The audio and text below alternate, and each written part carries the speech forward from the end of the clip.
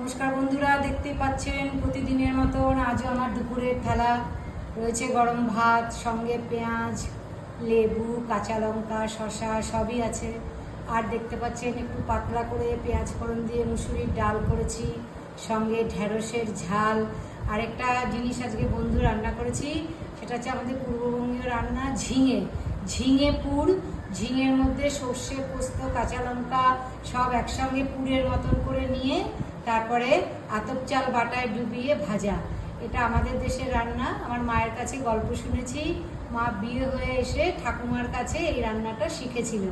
আমরাও মায়ের কাছ থেকে এই রান্নাটা শিখেছি, তাই আজকে এই রান্নাটা করলাম। আর করেছি বোয়াল মাছের ঝাল, আর করেছি আজকে দেখতেই পাচ্ছেন প্লাস্টিক চাটনি শেষ গতকালের, আমি করেছি আজকে নতুন তেঁতুলের চাটনি। কেমন লাগলো জানাবেন।